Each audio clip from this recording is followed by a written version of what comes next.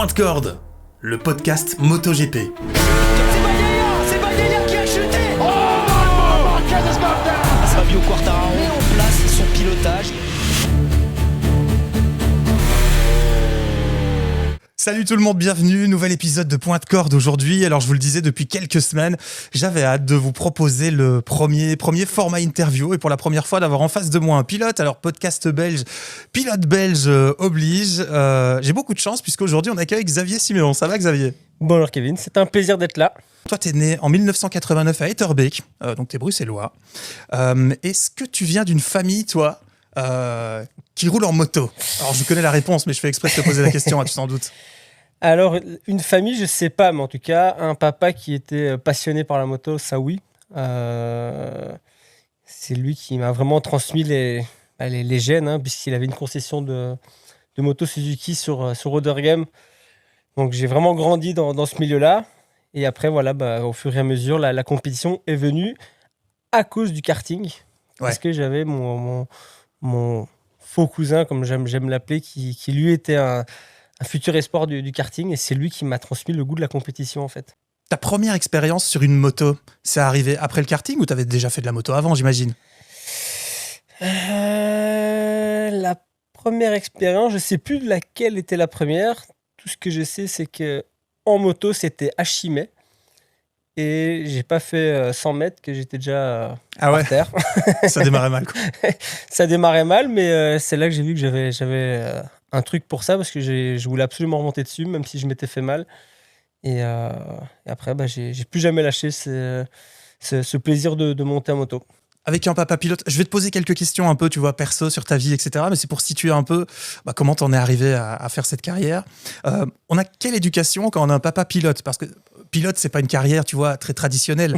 C'est pas un métier très traditionnel. Moi, j'ai toujours voulu faire mieux que ce qu'il avait fait. Donc, comme il avait déjà une très très belle carrière, c'était un bel objectif en soi, sur un plan d'avenir. Mais en Belgique, voilà, comme on le sait, c'est très très difficile de percer. Mais la chance que j'ai eue à l'époque, c'est qu'il y avait une structure belge qui était la structure phare en Mondial Superbike, qui était la structure de Francis Bata, la structure Suzuki All-Star. Et j'ai été très rapidement pris sous son aile. Et c'est quelqu'un qui m'a vraiment permis de percer dans ma carrière. Et donc, voilà. Donc, tu as su très jeune, en fait, dès la première fois où tu montes sur une moto, tu sais que tu veux faire comme papa, si on veut résumer un peu la chose. J'ai toujours eu ce truc en moi de vouloir être compétiteur, vouloir gagner. J'avais vraiment ça dans la peau. Deuxième, c'était jamais bon. Et du coup, c'est ça qui a motivé mon père aussi, mes parents, de continuer à croire en moi et en me donnant les moyens de pouvoir percer. Et voilà, donc c'est pour ça que j'ai franchi les étapes. On a commencé à faire le championnat de Belgique Pocket Bike, puis on devait rapidement partir à l'étranger pour se confronter aux meilleurs. Et c'était en Italie à l'époque, les meilleurs, d'où sortent les Marco Simoncelli, tous les meilleurs Italiens qui ont eu la carrière qu'on connaît aujourd'hui. Et c'est là-bas que j'ai pu vraiment me confronter et de savoir si vraiment j'avais le niveau pour un jour accéder à ce type de compétition qui était le championnat du monde de MotoGP. Tiens, à ce moment-là, tu avais déjà un pilote qui te faisait rêver. Quand tu repenses à toi tout jeune, il y a un pilote qui t'inspirait, que tu aurais voulu imiter? Il y avait Rossi. Hein. Rossi, c'était déjà l'idole des jeunes comme moi. Ce qu'il faisait sur la piste et en dehors de la piste, c'était juste incroyable. On avait envie de faire comme lui. Moi, j'allais sur les Grands Prix pour le voir lui. Lui, notamment Max Biaggi, Loris Capirossi. Et c'était vraiment mes idoles à l'époque, quoi. Donc tu commences en karting, tu es champion de Belgique en 1998. Maintenant j'ai compris pourquoi. Tu as commencé avec le karting. Ça t'a appris des choses pour la moto, le kart, déjà à ce moment-là, ou c'était juste la compétition? Ouais, ça m'a appris énormément de choses. En kart, c'est une compétition, il faut être très très fourbe. C'est pas spécialement le plus rapide qui gagne. Par contre, il faut être très malin dans les deux derniers tours. Et c'était une discipline que j'aimais beaucoup, mais par contre, j'aimais pas la troisième mi-temps quand les papas se retrouvaient à la buvette. Et c'est quelque chose qui m'avait toujours un peu marqué. C'est pour ça qu'en fait, j'ai eu un choix assez facile, hein, quand mon père m'a demandé de faire un choix entre les deux, entre le karting et la moto, parce qu'il y avait plus les moyens pour continuer financièrement. Et j'ai directement répondu que je voulais faire de la moto, parce que rien que l'ambiance entre les pilotes, elle était 100 fois mieux qu'au karting. Tu vas passer à la moto. En quelques années, tu vas jusqu'au championnat d'Europe Superstock. Ta première course, c'est à Valence en 2005. Donc là, tu es sur une Suzuki GSX-R. Et ça va aller vite, en fait. J'ai les chiffres là. Tu gagnes 5 fois. Il y a 12 podiums, 5 pôles et juste 3 abandons, on va dire. Ça va. Tu as 15 ans à ce moment-là. Tu sais déjà que tu vas vite. Donc à ce moment-là, déjà, il y a de l'ambition. C'était assez particulier cette année-là. Parce que justement, j'ai été découvert par Francis Bata. Et moi, je sortais des coupes de promotion Bancara, d'où sortaient tous les meilleurs jeunes espagnols, qui étaient Héctor Barbera, Héctor Fobel, Alvaro Bautista à l'époque.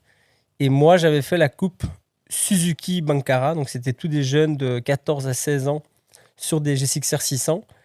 Et j'avais eu une promotion pour faire le championnat espagnol Supersport avec... ni plus ni moins que la moto officielle que utilisait Stéphane Chambon au Mondial Supersport avec la moto du Team Alstar. Et donc, du coup, là, j'avais 14 ans. Mais par contre, j'étais trop jeune pour aller au Mondial Supersport directement. Et justement, pour l'année 2005, ils ont créé la nouvelle catégorie Superstock 600.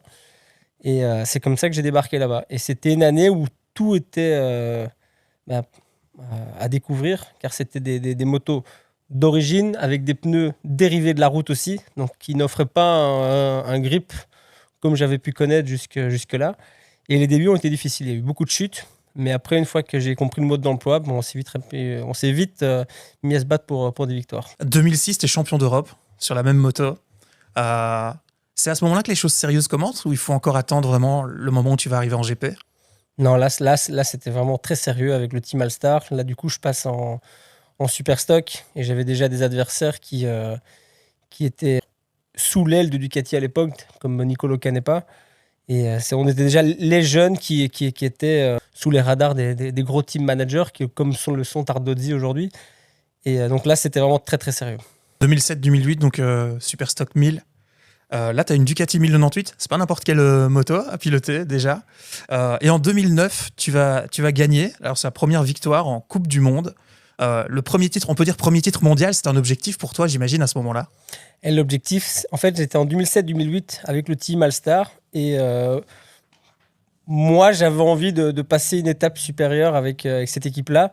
Malheureusement, avec la perte de leur gros sponsor qui était Corona Extra à l'époque, le projet qui était prévu pour moi à long terme se voyait un peu mis sur le côté.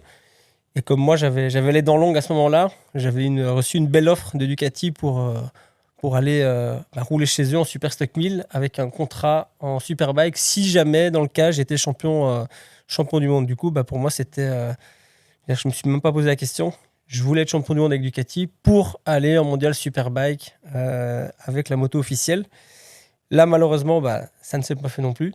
Mais chance, c'est que c'est Creole Moto 2. Donc l'ère du 2 temps était arrêtée, car pour moi, je ne voyais pas un avenir en Grand Prix en venant du 4 temps. Mais avec l'arrivée du Moto 2, ça a complètement changé la perspective. Et du coup, c'est comme ça que je me suis retrouvé en championnat du monde Moto 2. Direction donc le Moto 2, tu vas commencer chez Holiday Gym. Ça se passe comment du coup quand on arrive? Parce que c'est nouveau pour toi comme exercice, on est sur des motos complètement différentes. Ça se passe comment cette appréhension du Moto 2? Au début, c'était assez impressionnant, j'ai envie de dire, surtout que je ne faisais pas le championnat complet. J'étais intégré à une structure, donc, comme tu l'as dit, Holiday Gym, qui avait déjà leurs 2 pilotes annuels, j'ai envie de dire. Moi, je venais vraiment intégrer l'équipe sur quelques wheelcarts pendant la saison. Je faisais principalement le championnat espagnol Moto 2. Et donc, pour moi, à chaque fois, c'était un challenge de débarquer parce que j'avais envie de montrer que je méritais ma place en Grand Prix. Et du coup, j'ai fait pas mal d'erreurs, clairement. Mais j'ai fait des très beaux Grands Prix aussi pour ma première saison. Et je pense que là, ça a vraiment lancé ma carrière. Ouais, tu te fais remarquer avec une 8e place en Angleterre cette année-là. A priori, on te promet un contrat pour l'année 2011, sauf qu'il n'y aura pas de contrat. C'était une situation complexe dans l'équipe, car le propriétaire de Holiday Gym avait énormément de moyens, mais le faisait principalement pour faire rouler son fils, qui était Yannick Gara, qui était un des pilotes titulaires. Et en fait, la Dorna, qui privilégie les Espagnols, sur ce coup-ci, ne privilégiait pas un Espagnol en plus qui remplissait la grille. Et en fait, le propriétaire de l'équipe s'est vexé quand il a vu que le Qatari, Al-Naimi, lui était reconfirmé pour l'année 2011 11 et pas son fils. Du coup, il s'est dit, ok, mon fils, c'est pas le meilleur, il va pas être champion du monde, mais si le Qatari a le droit d'être confirmé, mon fils aussi. Du coup, il s'est vexé. Lui, il a estimé que la structure était faite pour son fils. Du coup, il a tout fermé. C'est assez dingue parce que ça montre aussi à quoi ça se joue une carrière, parce que sur la tienne, du coup, ça a un impact à ce moment-là et il n'y a rien qui garantit qu'il y aura quelque chose derrière. Surtout que c'est arrivé à 1 mois et demi de la première course. Donc, du coup, là, tout est tombé à l'eau. Ça a été un énorme coup dur. Et là intervient Freddy Tachny avec le soutien de RTL à l'époque pour trouver une solution, j'ai envie de dire C, même pas B à ce moment-là, d'intégrer le team Tech 3 en mettant une structure à part de l'équipe Tech 3 pour que je puisse ne fût-ce que prendre le départ des Grands Prix en sachant que j'allais pas avoir le meilleur matériel. Donc là, c'était très dur parce que là, mes objectifs, du coup, c'était plus les mêmes parce que moi, je venais d'une moto qui était la Moriwaki, qui était une moto qui pouvait se battre pour des top 10 en allant sur la Tech 3, en sachant que c'était une moto qui jouait plus les fonds de gris et c'était en soi une belle opportunité de pouvoir continuer ma carrière en Grand Prix, mais aussi indirectement très difficile psychologiquement d'aller trouver cette source de motivation, car on sait que peu importe ce qu'on va faire, les résultats ne seront jamais vraiment à la hauteur. Il faut savoir tirer le bénéfice et le positif de chaque situation, et c'est ce que j'ai essayé de faire à ce moment-là. 2 saisons où effectivement tu vas pas pouvoir performer au top. Bon, tu fais aussi des belles rencontres. J'imagine tu as quand même travaillé et côtoyé avec Hervé Poncharal à ce moment-là. On sait le rôle qu'il a joué dans la carrière de beaucoup de pilotes. Puis tu feras quand même une 8e place en Allemagne. On sait qu'en 2012, c'était plus compliqué. On se rappelle des 5 chutes d'affilée où tu as vécu vraiment une période pas vraiment gaie. Et puis l'aventure Tech 3, elle va s'arrêter. Et là, je trouve que c'est bien d'être là-dessus pour se rendre compte à quel point c'est dur pour des pilotes dans ces catégories-là où tout est très serré. C'est que tout le monde sait que tu as le talent, mais bon, ça fonctionne pas comme on le voudrait.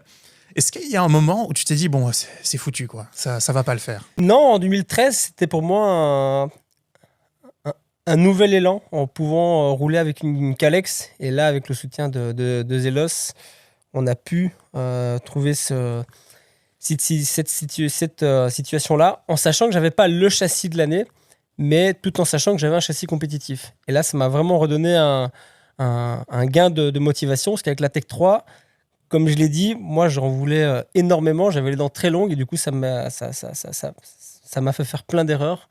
Et je pense que je roulais au-delà des limites du châssis, en tout cas ce que moi, j'étais capable de faire avec. Et le fait de passer sur la Kalex dans le team Stop and Go l'année d'après, directement, là, je me suis battu pour des top 10 à la régulière, j'ai fait mon premier podium. Du coup, ça a complètement rechangé la donne. Parce que là, on voyait que le châssis, c'est pas des grosses différences, mais les 3-4 dixièmes qu'il peut t'apporter en plus, c'est ça en moins qu'il faut forcer sur la moto, et ça se voyait directement dans les résultats, quoi. Avant ça, j'aimerais bien, parce que tu vois, on parlait de ces galères, de cet enjeu pour les pilotes, et derrière, il y a des choses, il y a cette image qu'on peut avoir du Moto2, et il y a la réalité de ce qu'est être un pilote en Moto2. Par exemple, quand on est en Moto2, un pilote, on gagne sa vie, on gagne bien sa vie, on gagne pas sa vie. Moi, j'ai eu la chance de gagner ma vie. Je ne peux pas dire que j'ai bien gagné ma vie. C'est des catégories qui, malheureusement, coûtent plus cher que ce que ça ne rapporte. Et ça, c'est la dure réalité du sport moteur aujourd'hui. En tout cas, en moto. Je ne connais pas la situation en voiture, mais ce sont des catégories où, malheureusement, on croit que les pilotes gagnent très, très bien leur vie, mais il y en a vraiment très, très peu qui, aujourd'hui, arrivent à gagner leur vie tout court. Il y a beaucoup de pilotes qui doivent payer pour avoir leur place. Et ça, malheureusement, c'est quelque chose qui n'est pas prêt de changer. On en reparlera tout à l'heure, c'est là aussi l'intérêt qui est des structures autour du management et du sponsoring. Si on prend un exemple comme aujourd'hui, un pilote comme Scott Redding, qui a été un talent incroyable en Moto2, qui a une belle carrière en MotoGP, c'est pour avoir une bonne moto en Superbike, il est obligé de débourser je ne sais pas combien de milliers d'euros, mais alors que le gars, il a été champion d'Angleterre, il a gagné des courses en Superbike, il a gagné des courses en Moto2. Il a un talent juste incroyable, mais il est obligé de payer pour rouler. On va revenir sur la suite de ta carrière, donc 2013, SAG Zelos. Cette année-là, c'est vrai que là, tu vas enfin avoir le matériel que tu attends. Zelos va s'occuper de ton management. Ça commence à ce moment-là avec Zelos. Ouais, là, ça prend une nouvelle tournure avec le management et l'accompagnement que Zelos m'apporte pour tout ce qui est la gestion des partenaires, des écuries, pour vraiment m'apporter cette qualité dans le sport pour que je puisse vraiment me concentrer sur mon sujet. Et là, clairement, le soutien de Freddy Tachny à travers la société Zelos et toutes ces équipes à ce moment-là, a vraiment redonné un élan dans ma carrière. Et aujourd'hui, je peux que les remercier qu'on en soit arrivé là. Alors, tu parles de Freddy Tachny, tu parles de Zelos. C'est peut-être bien d'expliquer ce qu'est Zelos. Le podcast, il est beaucoup regardé en France, figure-toi. Bon, j'imagine qu'on connaît Zelos au-delà des frontières. Mais des structures comme Zelos, pour qu'aujourd'hui on ait des talents belges en MotoGP, c'est absolument nécessaire. C'est absolument nécessaire. Zelos a été créé autour de moi parce que justement, il n'y avait pas de structure autour de moi à l'époque. Il y avait justement ce système RTL, Tech 3, mais c'était quelque chose qui était assez instable. Et du coup, moi, j'ai toujours eu des liens très très proches avec Freddy. Et Freddy a décidé de me filer un coup de pouce. Et voilà, l'aventure a commencé de tout en bas de l'échelle. Et puis, on a eu plein de belles années ensemble. Et maintenant, Zelos est le précurseur, je pense, de beaucoup de pilotes, pas qu'en Moto2, pour atteindre les objectifs qu'un jeune pilote veut se fixer, que ce soit en supermotard, en enduro. On peut le voir aujourd'hui, des nouvelles annonces qu'ils ont fait. Sans Zelos, le sport moteur ne serait pas ce qu'il est actuellement. Et alors, qu'on imagine bien, donc Zelos, ils vont s'organiser pour pouvoir financer également la participation des pilotes et des jeunes pilotes dans les compétitions de moto. Et il y a quoi ? Il y a un espèce de réseau autour de personnes qui gravitent autour de la moto et qui vont se réunir pour essayer que tout fonctionne. C'est ça, en fait, Zelos, à la base, ils vendent du rêve à des partenaires. C'est-à-dire qu'ils vendent... Ils vendent des espaces sur la moto, ils vendent des passes pour accompagner des clients sur les circuits, pour que les clients puissent vivre une expérience incroyable, parce qu'aller voir un MotoGP aujourd'hui, c'est quelque chose qui est juste... rien que le fait d'y aller, on entend les motos, on a la chair de poule, je veux dire. Ouais. C'est une expérience que Zelos fait vivre à ses clients qui est juste incroyable. Maintenant, à long terme, Zelos, oui, va partir avec l'objectif de financer pour aider les pilotes, mais à long terme, de récupérer l'investissement aussi, de ne plus devoir payer. Et je pense que clairement que sur les 3, 4, 5 prochaines années qui viennent, avec tout ce qui est mis en place pour avoir des futurs talents, je pense quand même que la Belgique passera à un niveau supérieur en termes de notoriété dans le sport moteur. 2013 toujours, ton premier podium va arriver. Au Grand Prix de France, en plus, on n'est pas très loin. Tu es 23 ans après le dernier podium belge. Même année, tu vas avoir ta première pole au Sachsenring. Tu seras 12e du championnat du monde. Est-ce que quand on a des résultats comme ceux-là, là, le téléphone commence à sonner, les opportunités, elles commencent à se montrer plus qu'avant ça? Ah oui, clairement. C'est grâce d'ailleurs à cette saison que j'ai pu intégrer l'équipe Grésini l'année d'après. En Moto2, c'était une équipe qui était juste incroyable. Même si là, je repassais de nouveau sur un châssis différent. Ouais. L'année 2013 m'avait tellement boosté en termes de confiance que j'étais au fond de moi persuadé qu'avec l'équipe technique qui m'était mise à disposition chez Grésini, même avec le châssis Sutter, j'avais la capacité de faire des bons résultats. Parce que le chef mécanicien qui était là-bas, Tommaso Raponi, c'était vraiment quelqu'un qui était une référence dans le milieu. Et moi, j'avais dit, le fait d'aller chez Grésini avec lui, je m'en fous du châssis que je vais avoir, mais moi, je veux bosser avec lui, quoi. Je suis sûr qu'il y a moyen de faire des résultats. Ça va arriver en 2015, tu vas récupérer le châssis Kalex. C'est la première fois que tout semble être réuni pour que tu puisses même peut-être espérer aller chercher des victoires. Ça va donner ta meilleure année. C'était clairement la meilleure année en Moto2. Malheureusement, cette année-là, comme on en a parlé juste avant, c'est le côté financier qui a pris le dessus parce que les résultats étaient clairement là. Et c'était l'année où Grésini avait son équipe aussi en MotoGP avec Aprilia, où il y avait un certain Sam Lowes qui, malheureusement, n'arrêtait pas de tomber et il voulait absolument le remplacer. Donc, du coup, c'est Sam Lowes qui a été choisi pour me remplacer chez Grésini plutôt que de faire une deuxième moto. Et là, c'était clairement d'un point de vue financier parce que là, j'avais fait ma première victoire, j'avais fait pas mal de podiums sur la saison, je finis 6 au championnat. Je pense qu'aujourd'hui, faire 6 en Moto2 sur la durée d'un championnat, on ne peut pas dire que ce soit des mauvais résultats. Certes, j'aurais espéré gagner plus de Grands Prix, mais je ne pense pas que je méritais de me faire évincer de cette façon-là en fin de saison. Mais bon, ça, malheureusement, c'est comme ça. C'était l'expérience de ce monde-là. Et aujourd'hui, j'ai aucun regret. Cette année-là, il y a quand même la première victoire. Ça reste quand même, j'imagine, encore aujourd'hui. On se rappelle, tu es fortement les larmes aux yeux ce jour-là. Ça doit rester quand même un des plus beaux souvenirs de ta carrière. Ah, c'est un truc de dingue. Hein. Pouvoir entendre la Brabançonne lors d'un Grand Prix, c'est quelque chose qui est... ça te prend dans les tripes et c'est juste un moment qui est si émouvant. J'aurais voulu le connaître plus souvent, mais j'aurais eu plus de regrets à ne pas l'avoir connu du tout. Et je pense clairement que l'année Grésini, c'était la plus belle. Et je me suis accroché jusqu'au bout en pensant qu'on allait renouveler en 2016 avec Grésini. Finalement, ça ne s'est pas fait.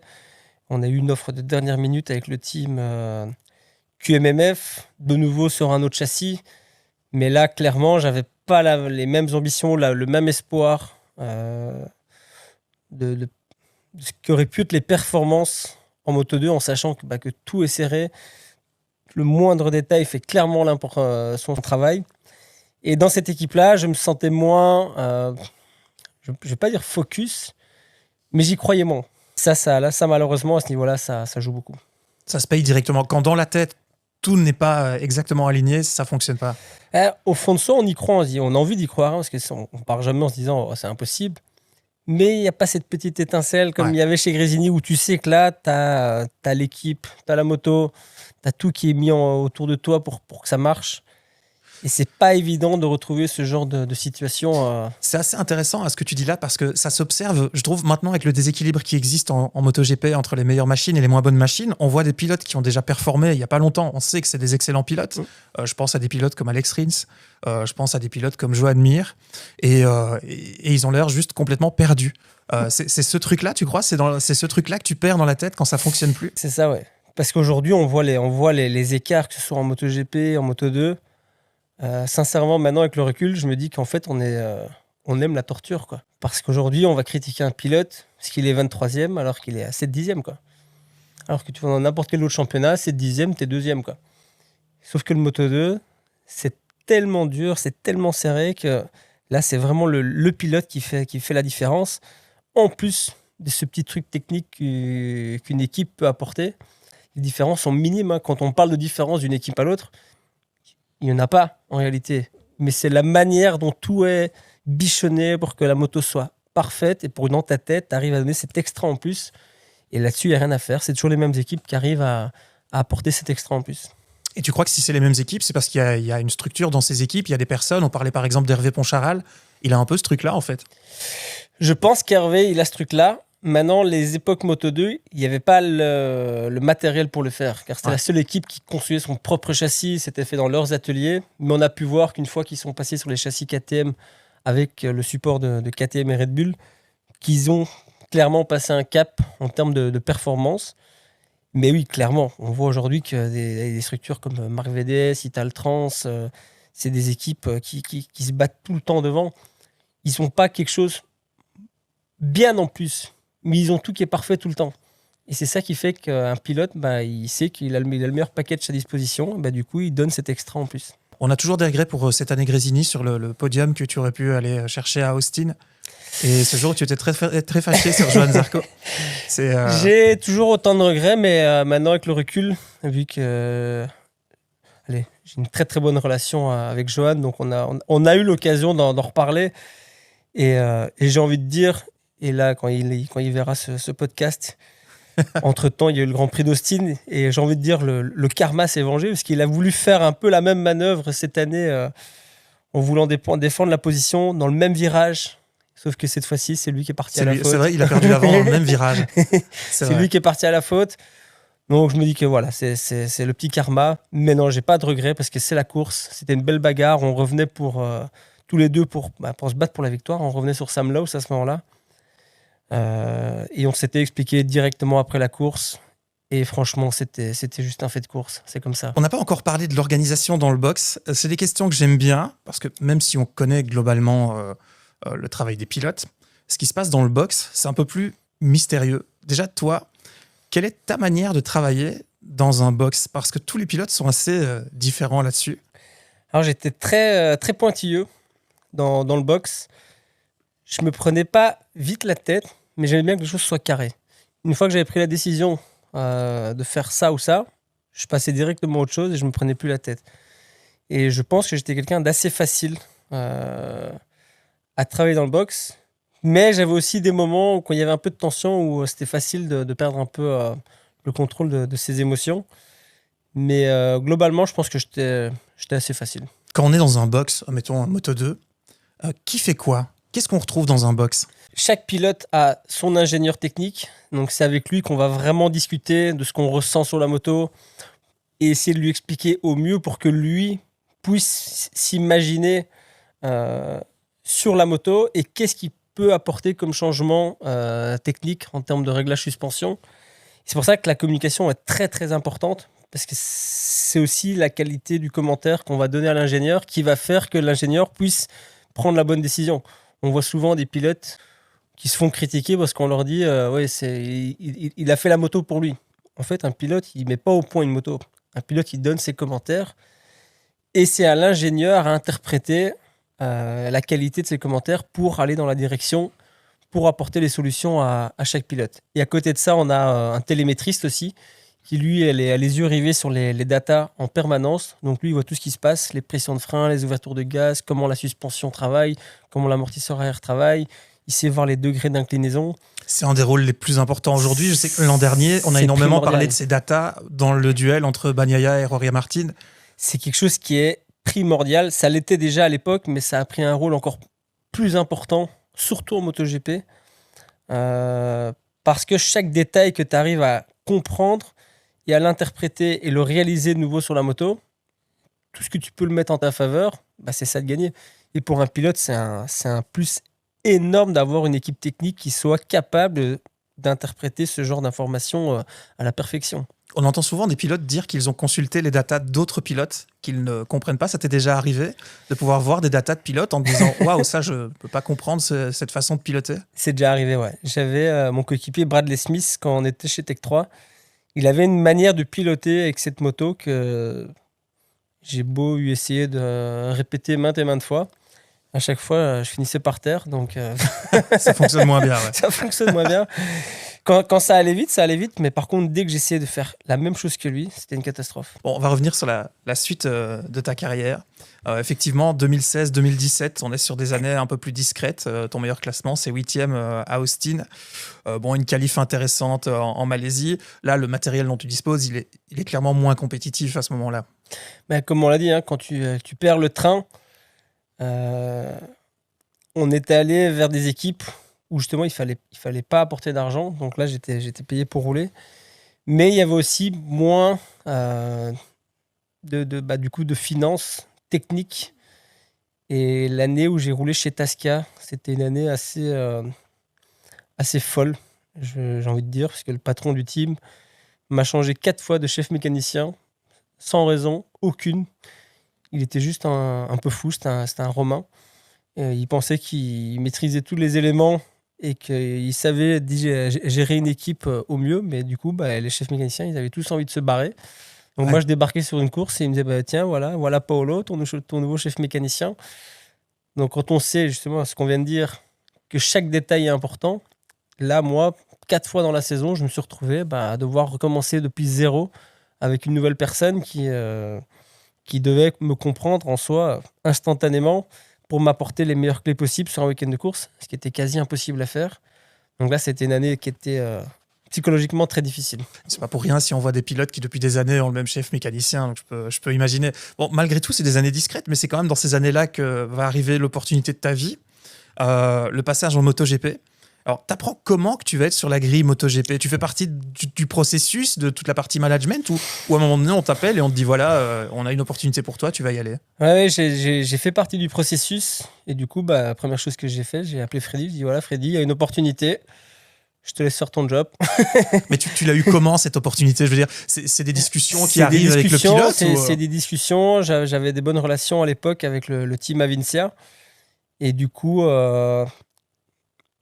le fait qu'il y avait les droits TV justement à travers Zelos, et le team a confirmé qu'il y avait une possibilité. Du coup, Freddy s'est directement mis au travail. Même si en tant que Belge, c'est vraiment pas pour faire la victime, mais c'est vraiment très très compliqué d'arriver en MotoGP aujourd'hui. T'as pas les mêmes opportunités qu'un autre? Non. C'était une année où aujourd'hui sur le palmarès, je suis vraiment très content d'y avoir été. Mais en termes de résultats, ça a été une des années les plus dures en termes de de motivation, parce que tu sais très bien qu'avec la moto que tu as, au mieux, tu fais 15e s'il y a des chutes devant. Et ça a été le plus dur. Quand tu as eu cet esprit de compétition toute ta carrière, accepter d'être juste un pilote de plus qui remplit la grille, ça a été quelque chose de compliqué, clairement. Mais voilà, aujourd'hui, encore une fois, pas de regret. Pouvoir aller en MotoGP, c'est un rêve que je pense que beaucoup de pilotes rêveraient d'un jour atteindre. Donc aujourd'hui, j'ai vraiment aucun regret. C'est vraiment si différent que ça, une MotoGP, par rapport à d'autres motos. La première fois que tu montes sur cette moto et que tu fais un tour, c'est un kiff incroyable. Ah, c'est un kiff incroyable. Même si tu n'es pas sur la meilleure moto du plateau, à piloter, c'est juste un truc qui est incroyable. La technologie que ces motos ont, rien que la boîte de vitesse, l'électronique, tu es obligé de rentrer dedans tout le temps. En fait, tu sais aller vite que quand tu rentres dedans. Et c'est juste le pur kiff de rouler avec ces motos-là. Tu prépares différemment ton physique au moment où tu arrives en MotoGP, parce que là, les exigences aussi, elles sont... Ouais, là, j'étais déjà très, très en forme physiquement à l'époque, mais là, j'ai dû revoir encore ma préparation parce que les Grands Prix, mine de rien, étaient très éprouvants. Les charges qu'on prend sur les freins, parce que, mine de rien, on arrive, je sais pas moi, 60, 70 km/h plus vite qu'avec une Moto 2, et on freine quasi au même point de repère que les Moto 2. Parce que les freins carbone, c'était quelque chose de juste incroyable. La puissance de ces freins, on arrivait à arrêter la moto sur une distance qui était juste hallucinante. Et là, on prenait tout sur le haut du corps, on prenait tout sur les jambes pour se retenir au réservoir. Et là, j'ai vraiment dû passer encore un autre cap physiquement. Dans cette génération-là, je regarde la grille, l'année où tu arrives. On a Marc Marquez, on a Dani Pedrosa chez HRC, il y a Valentino Rossi chez Yamaha. Et non, Lorenzo est chez Ducati déjà. Ouais. Et déjà chez Ducati à ce moment-là. Est-ce que dans ces pilotes-là, il y en a un qui t'inspire particulièrement au moment de ton arrivée? Je dirais qu'à l'époque, la façon dont pilotait Dovi était assez inspirante.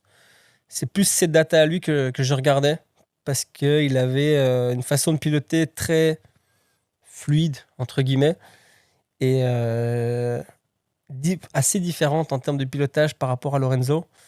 Et donc, je m'inspirais plus de Dovi que des autres. Lorenzo, quand il arrive, on sait que c'est un pilote qui a aussi un pilotage très propre. Quand il arrive sur la Ducati, ça ne fonctionne pas. Ça finit par fonctionner. Il y a un réel changement donc, sur la Ducati à ce moment-là. Toi, de ton côté, est-ce que tu as la possibilité de voir des changements sur la moto sur laquelle tu évolues, ou là, il n'y a rien du tout qui est possible à ce moment-là? Moi, il n'y a rien qui évolue du tout. Et c'est là où ça a été compliqué, c'est qu'on était censé avoir un contrat en 2018 avec une Ducati 2017 et en 2019 avec une Ducati 2018. Au moment de l'annonce de la signature, on voit dans le communiqué que je roulerai avec une 2016. Alors on a dit non, vous avez fait une erreur, là, c'est pas la 2016 qu'on a signée, c'est la 2017. Et puis là, on a reçu des menaces de l'équipe en disant ce sera ça ou rien. C'est pas content, c'est le même prix. Et du coup, là, avec Freddy, il y avait deux solutions. Soit accepter, soit refuser. Mais du coup, le rêve se faisait pas. Et c'est la première fois où j'ai dit, voilà, j'ai envie de vivre ce rêve-là. Du coup, j'accepte d'aller avec une moto moins performante. Et pendant la saison, quand Tito, mon coéquipier, se blesse, j'ai l'opportunité de rouler avec la GP17. Et là, directement, les performances étaient différentes. La preuve, c'est que j'ai même réussi à battre Dani Pedrosa, qui était le talent en MotoGP, dans le Big Four en tout cas.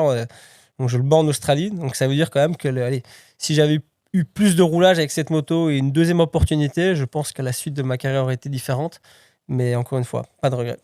T'as pas de regret donc par rapport à ça. C'est une façon de voir les choses pour que ta carrière elle continue à rebondir. C'est peut-être pour ça que ça a duré en fait, le fait que tu regardes ça. J'ai pas de regret parce que mon but ultime au final, c'était d'un jour rerouler en endurance avec le CERT. Et c'est arrivé. Donc du coup, j'ai vécu des belles années derrière.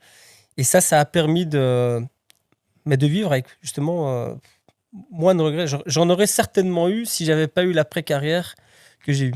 Ils ont quoi comme différence, les plus grands pilotes, tu sais, les grands champions du monde? Alors là, je parle vraiment de ceux qui sortent du lot, comme on peut l'imaginer. Qu'est-ce qu'il a de plus, Valentino Rossi? Qu'est-ce qu'il a de plus, Marc Marquez? Qu'est-ce qui fait que ces pilotes, on les voit comme des monstres sacrés? J'en sais rien. Ça s'explique pas. Si je le savais, je serais un champion comme eux. Non, mais ils ont quelque chose en plus, il n'y a rien à faire. Ils ont un don. je pense qu'on a tous un don, mais ils ont ce petit truc en plus qui fait la différence. Et comme là, c'est une catégorie où il n'y a que des élus, ben voilà, ils arrivent à faire ce petit truc en plus que nous, on n'arrivera pas à faire, quoi. On parle souvent de la rivalité qui a animé le MotoGP pendant quelques années entre Valentino Rossi et Marc Marquez. Il y a toujours un bon prétexte pour que ça revienne dans les médias, c'est assez drôle. Et toujours aujourd'hui, vu qu'ils ont toujours un peu la dent dure, ça revient même d'eux-mêmes. Hein. Parfois, l'an dernier, c'était le cas déjà dans un podcast. Et je me dis, tiens, vu qu'on est aussi dans un podcast, c'est le moment d'en parler. Toi, tu as eu quel regard sur le duel qui les a opposés? Moi, je suis assez critique par rapport à l'attitude de Valentino. Parce qu'il a toute sa carrière déstabilisé ses adversaires à travers les conférences de presse, les médias, tout ça. Sauf qu'ici, il a voulu faire la même chose, mais il est tombé sur un os aussi dur, voire plus dur que lui. Et malheureusement, ça n'a pas marché. Surtout que Marquez idolâtrait Valentino à ce moment-là. Donc c'est quelque chose que Marc n'a pas compris, parce qu'il n'était pas préparé du tout à ce genre de réaction de Valentino. Surtout que moi, je me souviens très très bien, quand on était encore à Phillip Island, moi, la première chose que je m'étais dit, j'ai dit, heureusement que Marc est là, il a été rechercher 5 points à Lorenzo dans le dernier tour. Valentino, il peut juste aller le remercier, il peut juste en vouloir à Yannon, qui lui fait les freins à 2 virages de la fin, et Valentino perd 4 points supplémentaires, tu vois. C'est vrai que c'est marrant parce qu'on ressent souvent les phases où Marquez fait peut-être perdre du terrain à Valentino à ce moment-là. Mais c'est vrai qu'il y a eu celle-là qu'on revoit moins souvent et d'autres moments dans la saison. Et du coup, Marc, quand il arrive à la conférence de presse le week-end d'après en Malaisie, bam, il est face à Valentino qui déclare ça. Et là, Marc en course, il s'est dit, tu penses que je vais tenir? Oui, maintenant je vais t'emmerder. Parce qu'on est d'accord, il a joué avec lui ce jour-là. Après, il l'a vraiment fait. Ouais. Et il l'a officialisé dans le reportage qu'il avait fait. Marc a été très sincère sur ce qu'il avait fait, parce qu'il était très touché par ce que Valentino avait déclaré, parce qu'il idolâtrait Valentino à l'époque. Donc il s'est senti vraiment dévalorisé, et il s'est dit, maintenant que tu veux que je joue, maintenant je vais jouer pour de vrai. Et il l'a fait, et comme il faut. Tu sais, moi, ce que je trouve de dommage dans ce genre de situation, c'est que ça a amené dans le MotoGP quelque chose qu'on ne voit pas d'habitude dans ce sport. Je me suis déjà trouvé dans des tribunes à observer des courses où, quand le pilote que tu n'aimes pas tombe, les gens se lèvent et applaudissent. Et ça, pour moi, ça n'existait pas comme on le voit maintenant. Avant cet épisode-là, c'est-à-dire de diaboliser un pilote en faisant un grand méchant, je pense qu'il n'y a aucun grand méchant là-dedans. Alors, après, moi, c'est juste mon avis, et c'est peut-être naïf, mais tu crois pas que la solution serait peut-être qu'un jour, ces deux-là, ils finissent quand même par se serrer la main et se dire, bon, ok, on a été de bons rivaux, on a peut-être eu chacun nos moments un peu moins bien ou un peu mieux, mais on peut passer à autre chose. Ce qui est sûr, c'est que les fans de Valentino ont eu, selon moi, une mauvaise réaction par rapport à certaines chutes de Marc.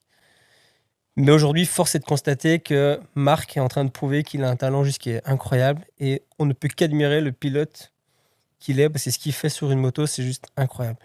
Et j'espère pour le sport qu'un jour, Valentino acceptera la poignée de main avec Marc, et le MotoGP ne fera que en sortir grandi de tout ça. On a vu l'été dernier Casey Stoner, qui était aussi au range de Valentino Rossi. Voilà, c'est des images qu'on aime bien voir. Donc ce serait bien pour que ça puisse se terminer. J'ai plus de mal à y croire avec Marc, mais ouais. On ne sait jamais. on est d'accord que ça a peu de chances d'arriver, mais je pense que ça pourrait amener de belles choses. Bon, la suite, après le MotoGP, tu es passé en Moto E. Tu as fait 2 saisons sur les motos électriques en 2019 et 2020. Tu fais 3 podiums sur les 2 saisons. Pourquoi tu as choisi le Moto E à ce moment-là? Parce qu'après le MotoGP, j'avais l'opportunité de retourner en Moto 2, mais de nouveau, les conditions n'étaient pas réunies pour que ça performe. Et là, il fallait donner un nouvel élan à ma carrière. J'avais une proposition pour faire de l'endurance avec le team Viltaïs, qui était pas une structure officielle en endurance, mais une très très bonne structure privée avec beaucoup de moyens et beaucoup d'ambition. Et cette nouvelle catégorie qui était le Moto E. Et là, je me suis dit que voilà, il fallait donner un nouvel élan dans ma carrière, refaire du Moto 2, ça allait de nouveau être du réchauffé. Et les conditions n'étaient pas réunies pour que ça performe. Tandis qu'en Moto E et en endurance, les conditions étaient réunies pour que ça puisse marcher. Et j'avais toujours dit que je voulais faire de l'endurance pour suivre les traces de mon père à l'époque. Et donc, du coup, je pense que c'est la meilleure décision que j'ai prise. Là, tu arrives en endurance et je voulais te demander si le fait de boucler la boucle avec ton papa, ça avait été une de motivation qui t'a amené en endurance. Ouais, c'était d'intégrer un jour le CERT. Et justement, Vincent Philippe, qui était le pilote phare du CERT à l'époque, prenait sa retraite. Les saisons en endurance étaient sur des demi-saisons, donc c'était 2018-2019, 2019-2020. Et justement, mon contrat s'arrêtait fin 2018. Et lui, pareil, du coup, je pouvais recommencer en 2020 avec le CERT. Et c'était vraiment mon objectif de rouler pour le team Suzuki. Tout s'est mis bout à bout, donc je ne pouvais pas rêver mieux. Et c'est pour ça qu'aujourd'hui, j'ai moins de regrets par rapport à l'étape MotoGP, car j'ai pu vivre vraiment des belles courses avec cette équipe qui est une des meilleures en endurance aujourd'hui. Ça t'a pas mis un peu de pression, justement, de prendre le relais derrière Vincent Philippe, qui était une légende de l'endurance, et d'arriver donc en ne venant pas de l'endurance? C'était une énorme pression, mais au final, quand tu es compétiteur, tu es animé par ce genre de pression. Tu sais que tu es obligé de faire des résultats, tu sais que tu es obligé d'être bon. Et l'endurance, c'est quelque chose qui est encore différent des courses de vitesse. C'est que tu as fini un relais, tu dois le refaire encore 7 fois, quoi. C'est-à-dire que tu dois tout le temps retourner au travail, retourner au charbon. Et la pression que les ingénieurs mettent, parce que voilà, le Suzuki Endurance Racing Team, ils ne sont pas là pour participer. Eux, ils mettent vraiment tout en œuvre pour gagner des courses. Ils ne sont pas juste là, advienne que pourra, si on fait deuxième, c'est très bien. Non. Et la pression qu'on arrive à ressentir, elle est tellement positive en réalité que ça te pousse vers le haut, quoi. Finalement, tu as trouvé la base que tu cherchais depuis longtemps, cet entourage vraiment hyper pro qui est là pour gagner et du coup qui te donne les conditions ou toi qui as envie de gagner. C'est ça, surtout quand il y a eu l'alliance Yoshimura, certes, en 2020. En 2020, ouais. Là, on a senti encore un plus dans l'organisation, dans le professionnalisme de l'organisation de l'équipe. Parce que là, elle s'est vraiment positionnée comme favorite du championnat. Et là, j'ai vraiment ressenti encore plus la pression que la première année. Parce que là, on sentait qu'on avait vraiment un rôle de favori. Que même quand on était avec, j'ai envie de dire, la moto bleue, on était favori, mais si on n'était pas devant, c'était pas très grave non plus. Qu'avec les couleurs Yoshimura, si t'es pas devant, on était convoqué par les Japonais et ils demandaient un rapport très clair de pourquoi ça n'avait pas été, quoi. Ok, il y a vraiment cette culture de la victoire qui va jusque-là. Ok, on n'imagine pas ce genre. Ça t'est déjà arrivé du coup de devoir aller t'expliquer pour une performance pas à la hauteur?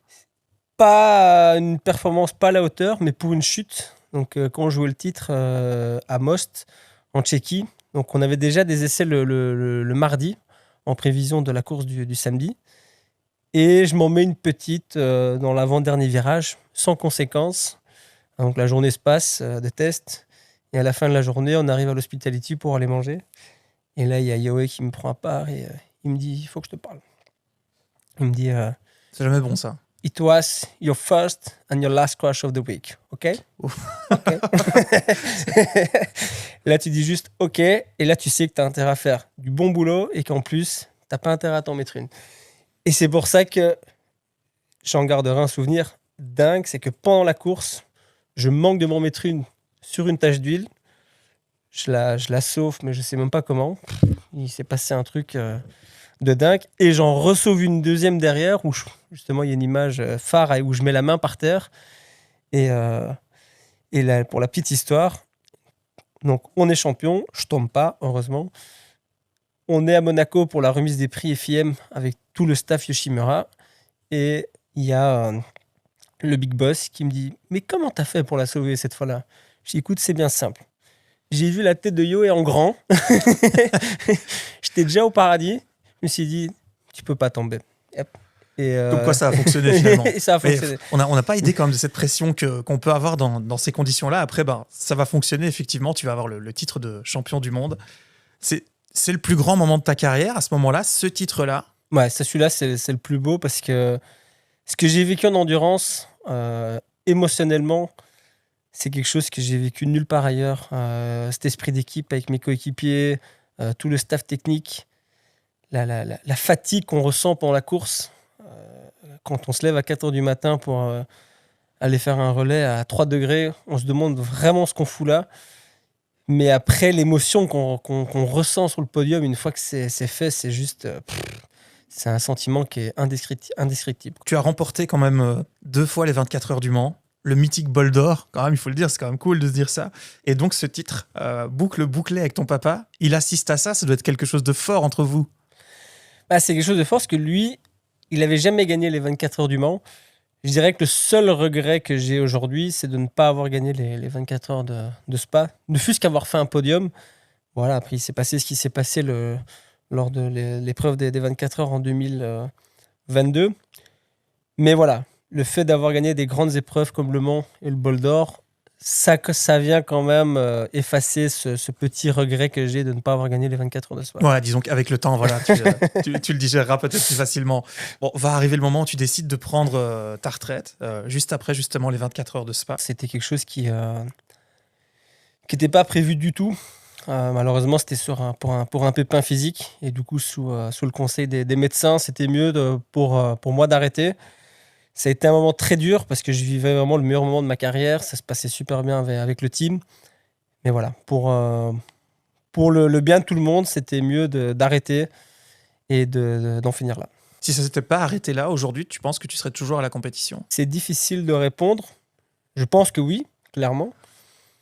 Mais je me serais peut-être fait mal un autre moment. Donc, je ne sais pas répondre à cette question-là. Alors, après ça, tu vas avoir un rôle de manager et tu vas superviser les jeunes talents belges. Quand on parlait de boucler des boucles, là, on ne peut pas faire mieux, dont Barry Baltus. Alors, forcément, Barry, maintenant, quasiment tout le monde le connaît, et tant mieux.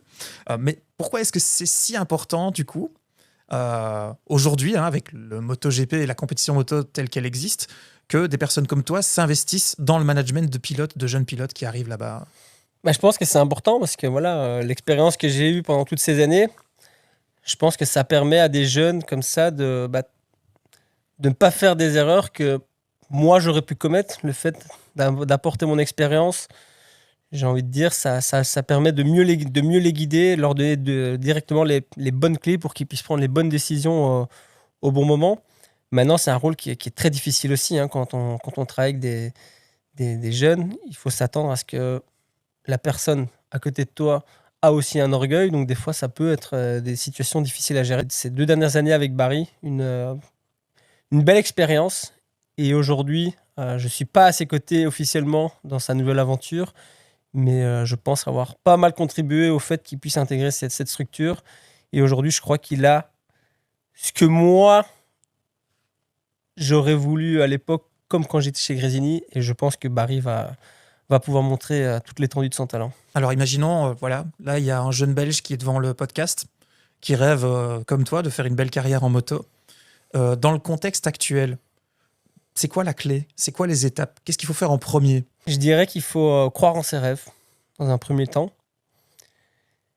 et ne jamais baisser les bras si on voit que on n'a pas les résultats qui viennent directement.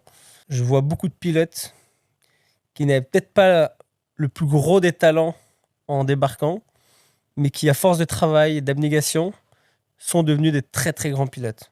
Donc moi, si j'ai un conseil à donner aux petits jeunes, c'est de croire en ses rêves. Il ne faut pas se laisser démoraliser par des personnes qui diront « Allez, laisse tomber, ça ne sert à rien, machin ».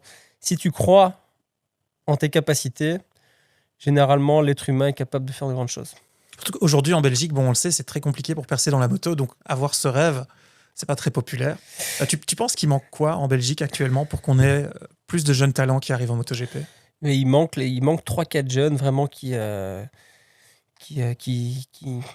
fassent des résultats aujourd'hui, qui donnent envie à ces jeunes de le faire. C'est pour ça, j'espère vraiment que Barry pourra montrer toute l'étendue de son talent. On a 2 petits jeunes aussi qui arrivent, qui sont Tom Rollin, Lorenzo Pontillo, on a Ferre Hackers.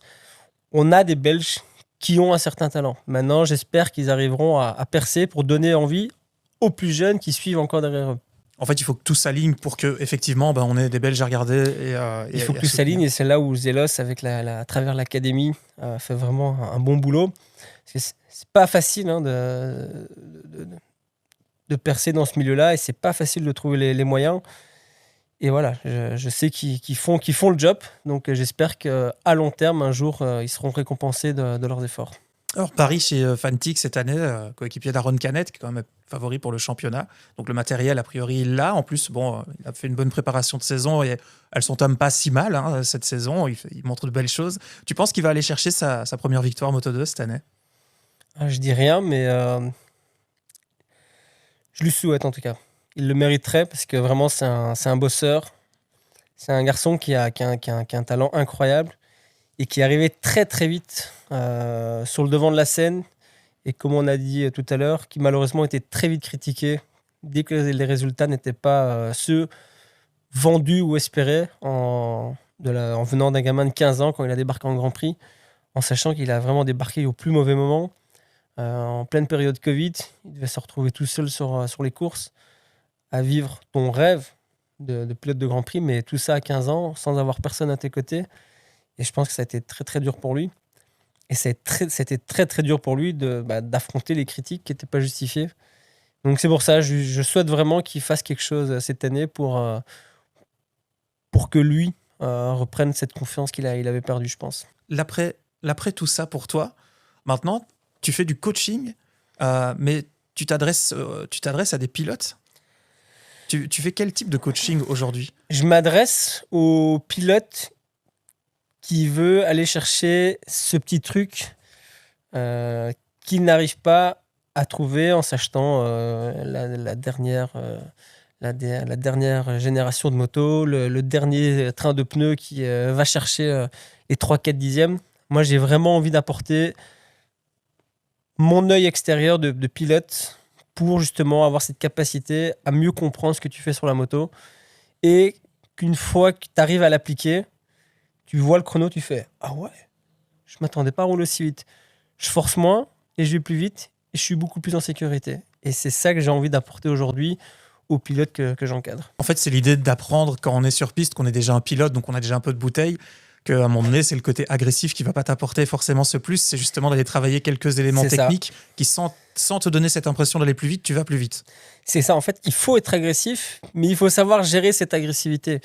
Et il faut comprendre ce que tu fais sur la moto pour pouvoir arriver à ce résultat-là. La manière dont tu vas couper les gaz, comment tu vas aller chercher le levier de frein, comment tu vas rétrograder tes vitesses, la position que tu vas déjà avoir sur la moto au moment où tu vas commencer ta phase de freinage, sur quelle distance tu vas ralentir la moto pour vraiment après avoir la bonne inertie quand tu vas aller la mettre au point de corde. Et c'est pour ça que je travaille avec la vidéo, devant, derrière, pour vraiment travailler tous ces points-là et essayer de faire passer un cap au pilote. On mettra le lien sur la vidéo, c'est le logo qui est sur ta casquette, Track, du coup, et on peut te suivre sur les réseaux parce que justement, t'en parlais, les caméras, tu partages beaucoup ça sur Instagram notamment, et les vidéos sont assez dingues, donc c'est vraiment bien foutu. C'est assez dingue et surtout, ce que j'aime dans les vidéos, c'est de voir que les pilotes avec qui je bosse passent vraiment des caps et du coup, ça donne des résultats qui sont assez beaux à voir sur la vidéo après. Tu penses qu'on pourrait voir de plus en plus de pilotes avoir un espèce de coach justement pour aller chercher ce petit truc en plus? J'ai envie de dire oui, mais j'espère que non. Ouais. Non, mais je pense que voilà, j'ai lancé un concept qui donne plus envie à certains pilotes de se lancer aussi là-dedans. Mais c'est quelque chose qui est très difficile de transmettre. Parce que moi, je vois les choses d'une façon, mais je fais ça depuis que j'ai 4 ans. Donc pour moi, monter sur une moto, je le fais instinctivement et naturellement. Et pouvoir l'expliquer et que ça rentre dans le cerveau des pilotes que je coach pour qu'eux se disent « Ah ouais, c'est vrai, que si je fais ça, je vais avoir ça comme résultat. » Et quand tu arrives à ce genre de résultat, généralement, je pars satisfait. Ouais, tu dois en fait traduire l'inexplicable avec une pédagogie et des termes un peu précis et arriver à faire passer ce message. Dans le MotoGP tel qu'il existe aujourd'hui, on va quand même parler un petit peu de MotoGP. On voit Marc Marquez sur la Ducati officielle, on s'y attendait. Il est très fort. En ce début de saison, on l'imagine même presque tout gagner. Tu penses que Pecco Bagnaia, il a de quoi à un moment donné envoyer le répondant et revenir dans le coup? Il a de quoi envoyer le répondant. Et là où Marc est très fort, c'est qu'il dit attention aux excès de confiance. Et il est en train de vivre ce moment où il a un excès de confiance. C'est-à-dire qu'il veut tout dominer. Et je pense clairement que Austin va être le tournant en bien dans le championnat de Marc. Parce qu'il va sortir une pression qui s'était automise, je crois jusque-là où il voulait absolument tout dominer, toutes les séances et gagner toutes les Tu courses. penses que c'est ça? C'est dans sa tête, il se dit, je pourrais le faire, je pourrais tout gagner cette saison, donc c'est ça qui amène à la chute. Ouais, clairement. Et il sera encore plus fort maintenant, mais je pense quand même que Pecco va donner du fil à retordre. Alors, il y a ce changement de pneu, hein, Pirelli, qui va arriver dans le MotoGP, bon, qui n'a pas été accueilli avec le même enthousiasme par tout le monde. Tu penses que ça va avoir quelles conséquences, ce nouveau manufacturier? Ça change tout, finalement, un changement de pneu sur des motos. Ça change complètement la donne, parce que Michelin, ces dernières années, était vraiment venu avec des pneus d'une technologie incroyable, quoi. On voit l'évolution des chronos au-delà de l'aérodynamisme que les constructeurs ont amené. Michelin aussi a fait un boulot qui est incroyable. La performance des Michelin, c'est quelque chose qui est stratosphérique. Mais voilà, j'ai aucun doute sur le fait que Pirelli va arriver aussi avec des pneus qui seront adaptés au MotoGP. Ils l'ont montré en Moto 3 et en Moto 2, qui savaient venir avec des pneus qui savent être performants sur la durée d'une course. Pour certains pilotes, ils ont peur de ce changement-là, mais je pense quand même qu'on verra des belles choses avec Pirelli aussi. Il y a des rumeurs aussi dans le paddock, il y en a tout le temps. Bon, toi qui as déjà été dans un paddock, je trouve ça plus intéressant justement d'en parler avec toi. Tu as entendu la rumeur Pedro Acosta VR46. On doit accorder quel crédit à ce genre de rumeurs? Parce que souvent, ça naît un peu dans la presse. Alors, très souvent, Gazzetta del Sport, etc. Bon, il y en a qui se sont confirmés. Il y en a, je me rappelle à l'époque, on avait annoncé Marc Marquez chez KTM avec Red Bull. C'était fait. Bon, on voit le résultat, ça n'a jamais rien donné. Qu'est-ce qu'on doit donner comme crédit à ce genre de rumeurs? Tu penses qu'il y a réellement ce genre de discussion, qu'il se passe vraiment quelque chose ou que c'est de l'interprétation? Je pense que ça a été interprété comme ça parce que Pedro a été invité au ranch pour les 100 km dei Campioni chez Valentino. Et du coup, voilà, les médias aiment bien en rajouter. C'est sûr que Pedro, dans le fond, il se dit pourquoi pas discuter finalement. C'est évident, il est là. Et il est là, et il y a le contexte de KTM à ce moment-là. Mais évident. là, aujourd'hui, la situation actuelle fait que il n'y a pas de place chez Valentino. Ils ont deux pilotes qui performent. Ils viennent tous les deux de faire un podium chacun. Aujourd'hui, malheureusement, ça reste que des rumeurs. Est-ce qu'il y a un pilote actuel qui t'impressionne particulièrement? Alex. C'est la Marquez. surprise, en fait. Mais pour moi, non. Et, il a toujours eu cette vitesse, mais toujours dans l'ombre de son frère. Et aujourd'hui, on le voit, même s'il ne gagne pas, il est épanoui. Et on voit qu'il a réussi à mettre ce côté je suis le petit frère, je suis le deuxième. Il a vraiment mis cette mentalité de côté. Et on le voit vraiment épanoui, quoi. Et du coup, lui aussi, je lui souhaite que ça cartonne. Mais moi, je le vois comme une surprise. Figure-toi qu'entre-temps, le prochain podcast qui va être publié, donc qui sera là au moment où celui-ci va arriver, c'est un podcast sur les pilotes les plus réguliers, ceux qui parfois n'ont pas gagné beaucoup et ont été champions du monde. Et il y en a. Il y a Joan Mir, il y a Nicky Hayden. Et je me suis amusé historiquement à aller en chercher plein. Donc finalement, Alex Marquez, c'est peut-être cette carte-là qu'il a à jouer. Parce que même derrière son frère, si la situation est instable... Et son manager de l'époque, qui ne l'est plus, qui est Emilio Zamora, a été champion du monde en 125 sans gagner une seule course non plus. Ouais, c'est vrai. Mais je pense quand même qu'il va en gagner une, au moins une. Alors, aussi une petite curiosité, mais est-ce qu'on est amis quand on est entre pilotes dans le même paddock? Est-ce que vraiment ça devient des potes ou est-ce que ça reste le côté compétition boulot où chacun est de son côté? Il y en a certains où il y a ce côté pote, mais après c'est vrai que c'est difficile d'être vraiment pote-pote. Il y a un respect mutuel, mais il n'y a rien à faire. C'est le plus haut de la compétition et la rivalité, elle sera toujours là. Ce qui se passe en piste, ça prend le dessus finalement. Tu peux pas trop avoir un affect avec les autres personnes dans le paddock. Clairement. Ça doit être compliqué du coup quand on roule entre frères comme les frères Ça Marquez. doit être très compliqué. Parce que l'année dernière, Marc il avait fait un commentaire là-dessus au Section Ring où il revenait sur son frère pour la victoire et il s'est dit merde, qu'est-ce que je fais? Je le laisse gagner ou je suis le grand frère méchant et il n'y a pas de pitié? Et malheureusement, c'est Alex qui s'est entre guillemets, éliminé parce qu'il avait perdu en performance. Du coup, ça a facilité la décision de Marc. Mais je pense que ça doit être très compliqué, surtout quand les deux sont très performants comme ça.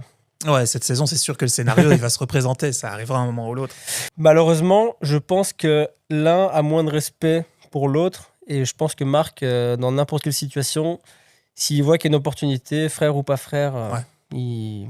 Après, tu sais, on dit souvent ça. Alors, justement, les personnes qui n'aiment pas Marc Marquez vont souvent dire il n'aura pas d'hésitation, c'est un méchant pilote. Il n'y a pas de gentil pilote sur le plateau MotoGP. Non, c'est pas un méchant pilote. C'est juste qu'il ose faire des dépassements qui sont parfois osés, mais il n'y a jamais rien d'excessif dans ces dépassements. N'importe quel pilote va te dire oui, bravo, faut oser le faire, quoi. Mais c'est pas over limit. Alors, j'ai quelques questions en vrac, dont certaines, tu verras, mais par exemple, une question toute bête, mais qui je trouve, quand on est au moment où la carrière est maintenant un peu derrière toi, on peut se les poser. Est-ce qu'il y a quelque chose que toi, tu ferais autrement si tu devais recommencer maintenant? Finalement, si tu te coachais toi-même, tu vois, si tu te retrouvais au début de ta carrière. C'est une sale question, on est d'accord. Il y a des erreurs que j'ai commises par excès de pas vouloir être patient, tout vouloir tout trop vite, et du coup ça m'a fait faire des erreurs, surtout en Moto 2 en les années 2012, quand j'étais avec la Tech 3, où j'aurais pu faire certains beaux résultats malgré que le châssis n'était pas le plus performant, mais j'ai fait des erreurs qui étaient vraiment bêtes. Et c'est quelque chose que je faisais pas quand j'étais dans les catégories en super stock. J'avais souvent tous les éléments plus sous contrôle que je n'avais pas en Moto 2. Et donc je pense que l'approche que j'ai eue sur certaines années, celle-là, je la changerai. Est-ce que tu as déjà eu peur sur la moto? Peur de tomber? Peur de te faire mal? Ou tu sais, les années passent et à un moment donné, on commence à se poser des questions qui sont plus les mêmes. C'est pas peur, mais c'est plus une crainte. Quand on est tombé dans un virage à très haute vitesse et qu'on repasse pour la première fois, on a toujours une partie du cerveau qui dit attention, mais c'est plus pour ne pas refaire la même erreur, plus que de la peur. Et du coup, il faut bien comprendre sa chute, sinon la peur que tu as, c'est de te dire je sais pas ce qui s'est passé. Et j'ai de la chance et que généralement, dans toutes les chutes que j'ai eues, généralement, on arrive toujours à comprendre le pourquoi du comment. Donc du coup, il n'y a jamais vraiment après ce doute qui s'installe. Enfin, en tout cas, pour moi, et c'est quelque chose que j'ai toujours réussi à surpasser assez facilement. Alors, j'ai des questions un peu tac au tac pour terminer. C'est des choix, des dilemmes, des choses comme ça. Tu réponds pas, c'est juste pour s'amuser. MotoGP ou Endurance? Endurance. Le pilote le plus sympa que tu as côtoyé? Nicolo Canepa. Un pilote un peu moins sympa? Lorenzo. La plus grande qualité à avoir pour réussir aujourd'hui sur une moto, peu importe la discipline? Bonne question. La confiance en soi. Le pilote le plus sous-estimé actuellement? Morbidelli. Je le vanne souvent, donc ça... La bière ou l'eau plate? La bière. Je crois pas que je te le pose parce qu'on est belge, hein, mais... Rossi ou Marquez, du coup? Là-dessus, j'arrive pas à répondre parce que c'est deux générations qui sont différentes malgré qu'ils se sont croisées. Et j'ai grandi avec Rossi, ça a été vraiment mon idole et ce qu'il a apporté au MotoGP, on le reprendra jamais. Donc les deux. C'est marrant parce que j'aurais dit exactement la même chose que toi. Moi, j'ai grandi, je suis devenu fan de MotoGP en regardant Rossi gagner et en voyant les célébrations de Valentino Rossi parce que c'était fou. Et puis, du coup, quand tu accroches, tu vois les pilotes qui passent et tu admires tous le talent qu'ils ont. Je trouve que c'est ça l'essentiel. J'aime bien ta réponse. Un jeune talent belge à observer pour la suite? J'imagine qu'il y en a plusieurs. Il y en a deux que je vais recommander. C'est Tom Rollin et Lorenzo Pontillo. C'est deux pilotes qu'on pourrait voir, selon toi, donc à un moment donné, arriver en GP et à suivre de près. Ils ont intérêt. Ils n'ont pas le choix. T'es un coach exigeant ou t'es plutôt sur le « on y va à la cool » Je suis assez à la cool, mais très pointilleux sur les détails.